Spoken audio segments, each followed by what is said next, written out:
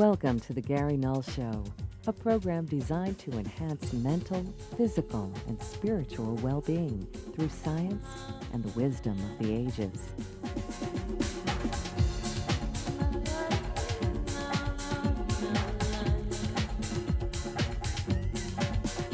Let us take you on a journey of empowerment. Sit back, relax, and get ready to change your life for good.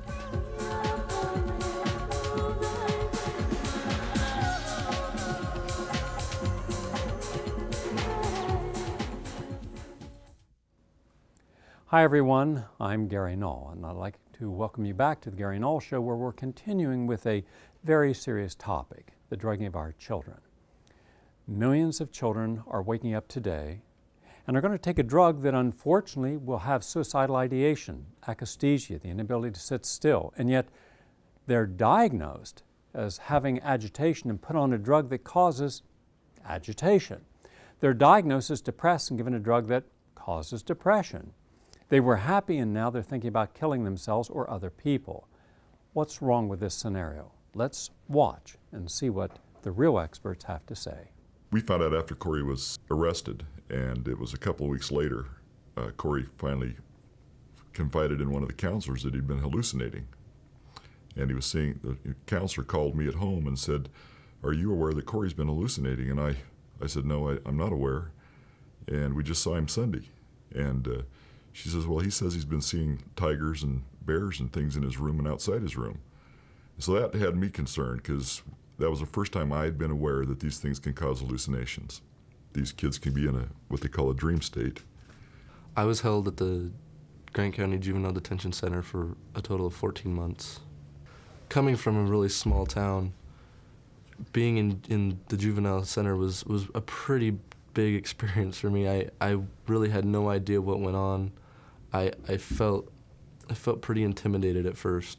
This is the insert to the drug Luvox that Eric Harris was taking the day that he went on his rampage.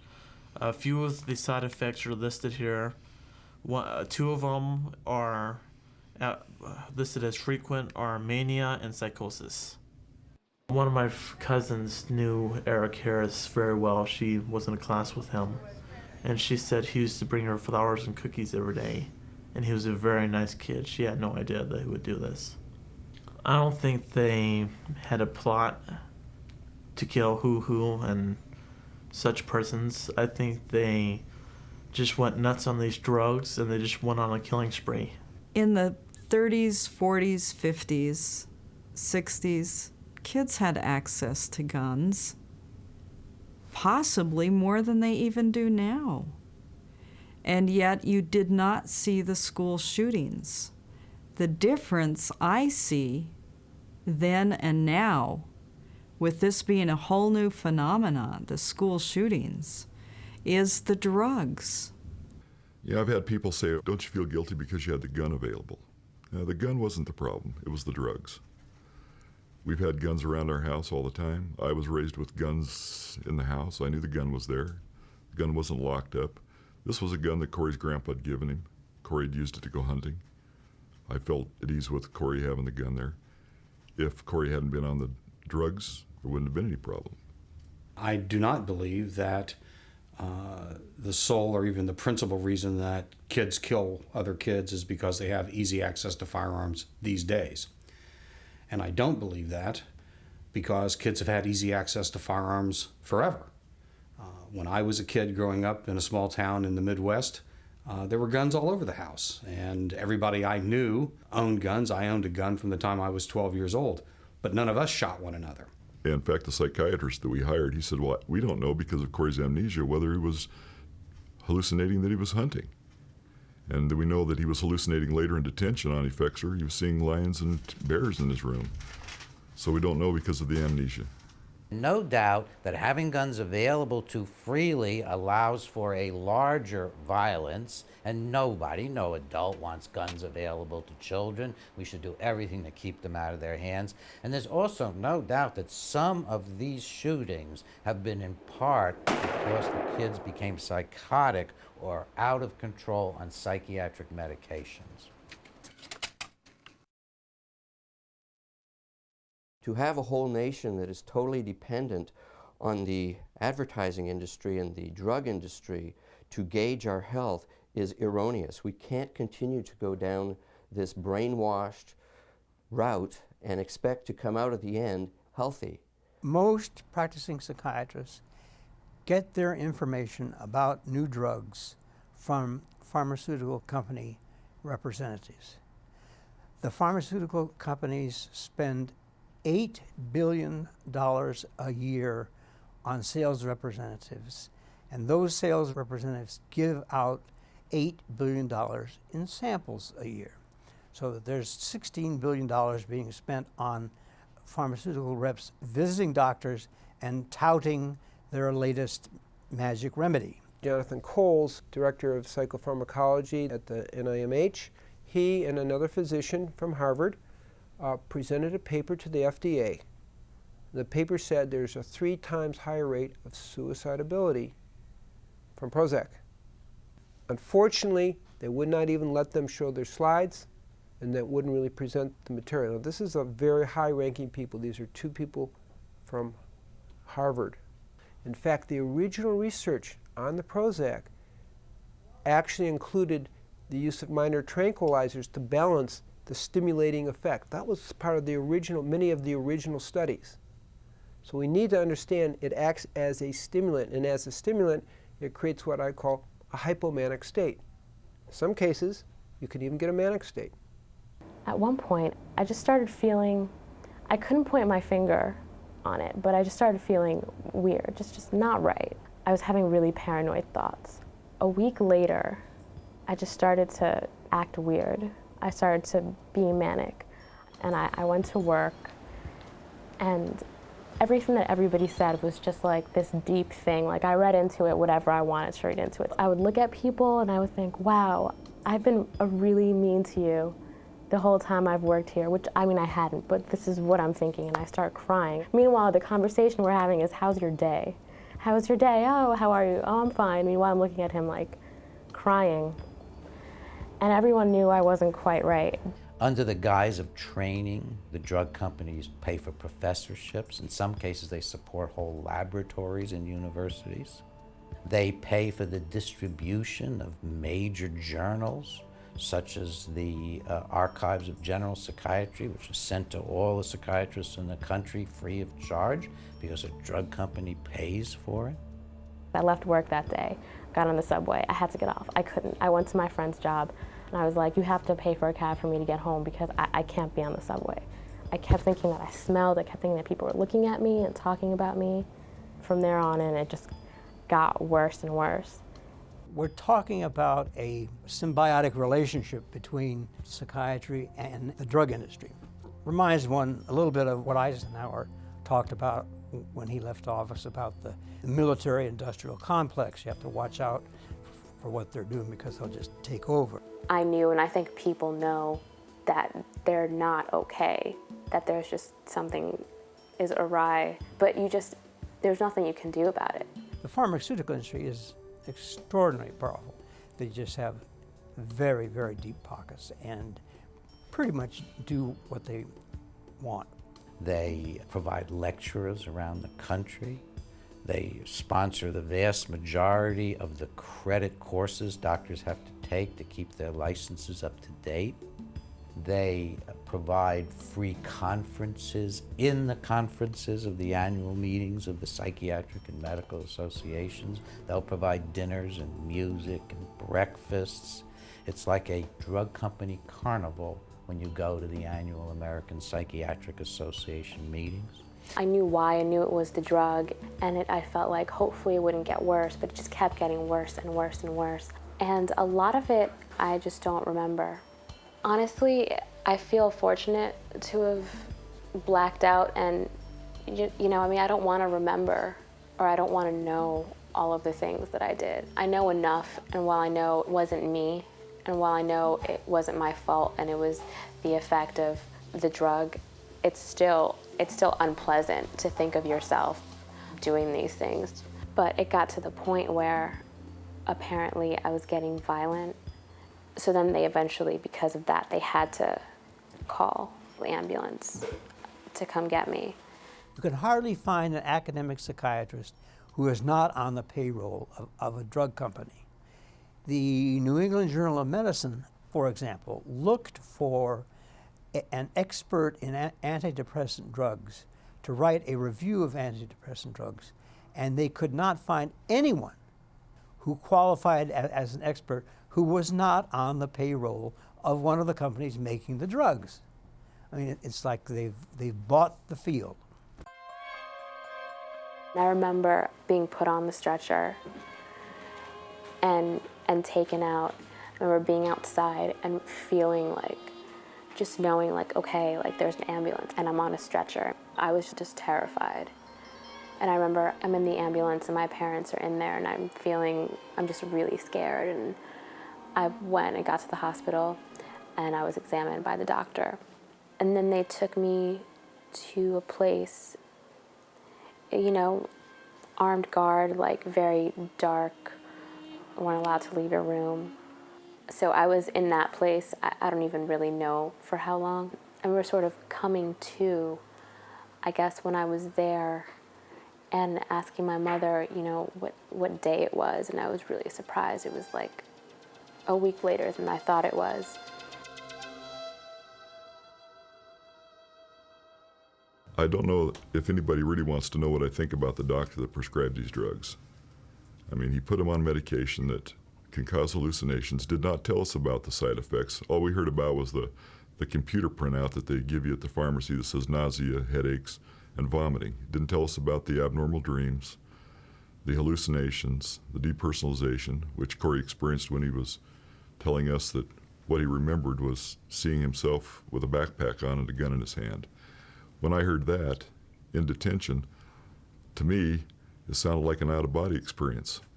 So I was concerned, and I called the psychiatrist that we'd hired, and he said, well, that's depersonalization, and it's a side effect of the drug.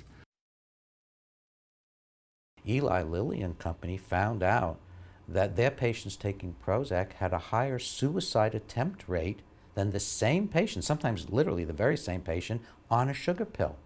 So what did they do with that data? They hid it.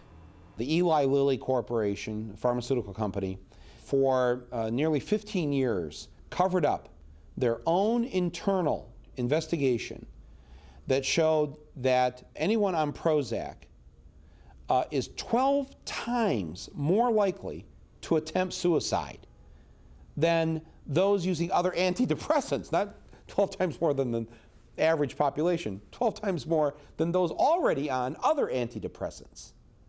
This is a criminal act. And I want to know why these criminals are still walking the streets. Now, it should be noted that Eli Lilly has stated that the drug was never intended for young children, but for those 18 and older. And 10 or not, ask how many parents have young children they're giving Prozac. Well, how did they get it? You cannot obtain it without a prescription. The doctor told us that he thought the drug Prozac would help Jacob, that it's a common prescribed drug used in teenagers now, that he thought it would help him with his moods and just make him feel happier. So he was put on Prozac that afternoon, 10 milligrams. The morning of my son's death, we had talked that morning. He did not want to go to school that day. And he just said that he would go the next day. They were getting out for Christmas holidays. I left for work, and a few hours later I began to call home because with him being at home by himself, I was concerned. So I did not get an answer, and I continued to call for a couple of hours. Then I left, and it took me 30 minutes to get home, and I found my son hanging in our attic. My husband and I attended a FDA hearing in Washington about the side effects that can happen with these drugs. And unfortunately, the first hearing, there were 65 parents there. Their children had died while on antidepressants. Some of them were on the drug a matter of days before they committed suicide. There is also evidence linking antidepressants and suicide in adults. After being on Prozac for 21 days, my wife shot and killed both of these two boys right here. She turned the gun to herself and shot herself twice. Now she's in jail for murder. Since I've been on Prozac, I've experienced the following adverse reactions. A drug-induced insanity that has caused several self-destructive outbursts. There was an extended period of anger, rage, and hostility, and it turned into terrible feelings that suicide was the only answer. This is hard for me because I tried to commit suicide in front of my 5 children. I didn't know what I was doing. I don't remember exactly what happened. All I know is that my husband took the gun away from me and my children was looking from the other room. What would have happened if these children had seen their mother commit suicide? My sister did commit suicide in front of Lindsay. Another woman spoke of hollow point bullets. That's what my sister used to do it. The side effects of some of these drugs can be increased suicidal ideation. There's a recent black box warning by the government that giving these drugs to children and adolescents could increase suicidality. The facts are that's true. There was an increase in suicidal ideation in the studies that they did, which were questionnaire studies amongst the children. But it was not an increase in suicide. It was an increase in suicidal thoughts. The recommendation was that anybody being treated for this should be monitored closely. Well, I couldn't agree with that more. I mean, as a psychiatrist, I feel any patient I place on an antidepressant has to see me at least once a week until I feel the drug has been safely monitored and established, and I may even continue that long afterwards. I don't see any rationale for just prescribing the drug and telling somebody to come back in 3 months and let them know how it's working. That's poor medicine. All I can say is these children are put on these drugs for reasons that are so unnecessary. These are psychotropic drugs that have deadly side effects to some children, especially children that do not need to be on them. If you're clinically depressed, these drugs can help your children. But if you're not depressed, these drugs can kill your children. And that is what has happened to so many of our children, is they were put on these drugs when they should have never been placed on them.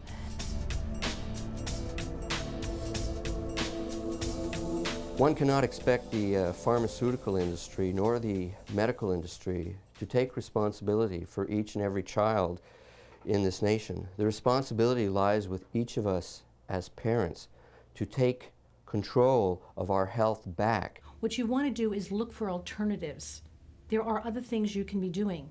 You can check on their diet. You can check on sleep. Have them check for allergies.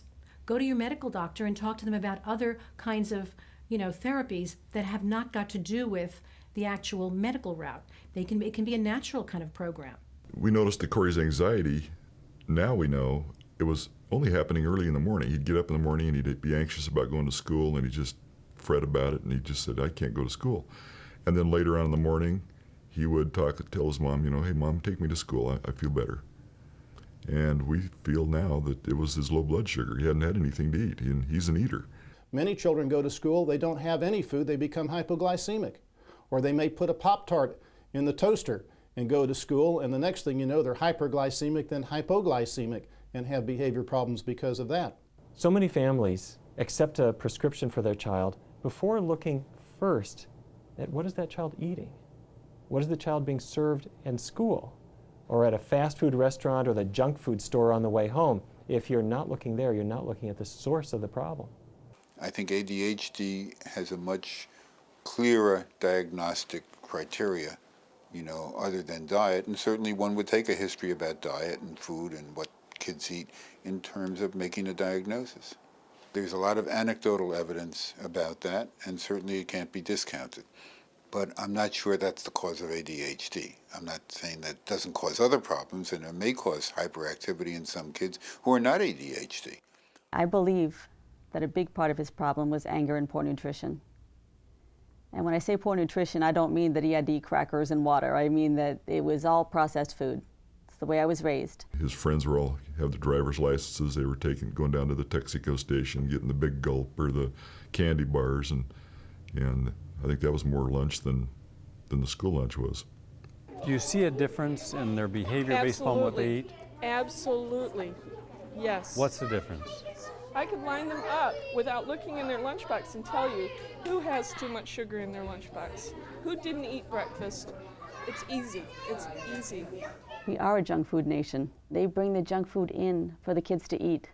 The PTO moms, will go out and buy the junk food, buy the pizza, buy the McDonald's hamburgers, and bring them into the kitchens at school and sell them to the kids. That's school lunch. They're drinking Coke, eating burgers, French fries, junk food. You have all that junk food. Nothing healthy, no fresh fruit, nothing healthy. And that definitely can affect a child's behavior. I think there are two issues that are of particular concern to me. One is all of the junk that gets cooked into foods, colors, flavors, sugar, but then also the tremendous influx of cheese, dairy products, fatty foods. These things, the additives can affect children's attention and ability to concentrate, and the fatty foods can affect them hormonally so that they actually feel differently. They may have higher levels of hormones that can make them domineering and aggressive. It's a real serious problem.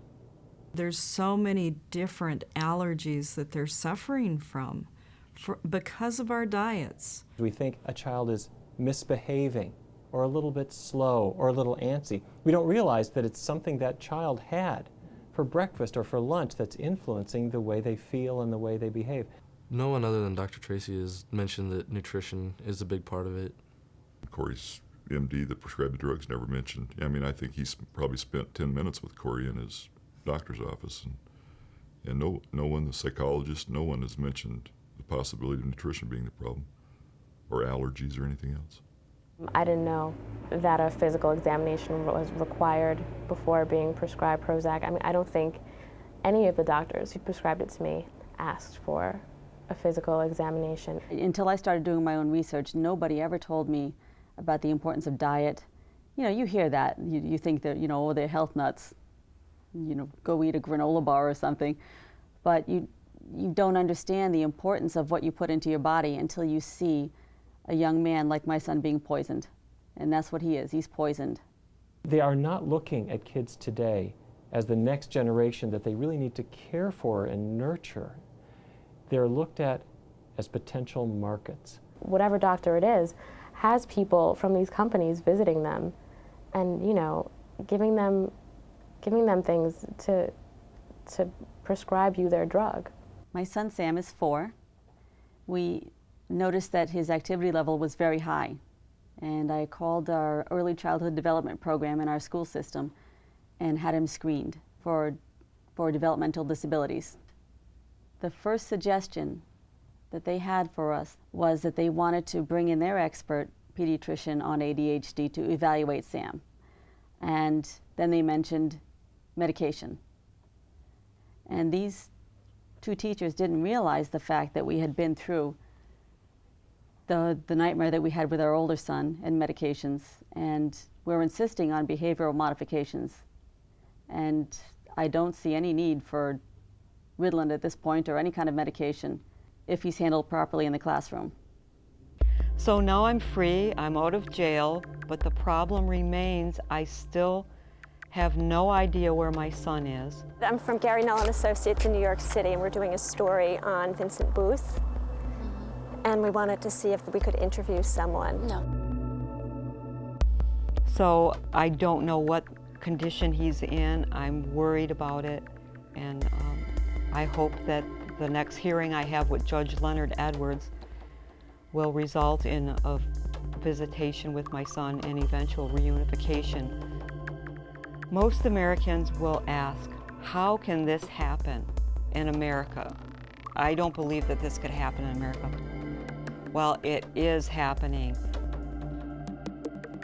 If there's one thing I've learned about this whole nightmare, it's that I never imagined how powerful the government can be. I had a perfectly normal life. I was a notary public. I had a perfect driver's license record for 35 years. Never got in trouble, never been in jail. And now I had everything taken from me, including my son. I have nothing. You need to get off our property. I just want to speak to someone about Vincent Booth. You need to get off our property right now. I'm like a pariah, according to the government. In the town of Mattawa where I lived, they have banned me from it. I mean, I can't even be within 25 miles of the town. And I mean, it's going to be that way for at least 5 years. I don't know what his future is going to be. I don't know if he'll ever be weaned off of any of this medication. At one point, I caught him with aerosol cans. He was using them as inhalants. I don't know if he'll ever live by himself. I don't think he can. And I think that at this point, he's relying so much on medications that he doesn't think he can ever live without them. Since I took the drugs, since I had the manic episode, I feel like that experience just kind of affected me in a way that still affects my everyday life in some way. I went through a point where it was really hard for me to even be on the subway. It's not like that anymore. I mean, I just kind of go through my everyday life, but there's something beneath the surface and something that's changed. Even if the physical effects of the drug are gone, there are just things that stay with you. We're out of time. I'd like to thank you for watching. I look forward to sharing more on our next program.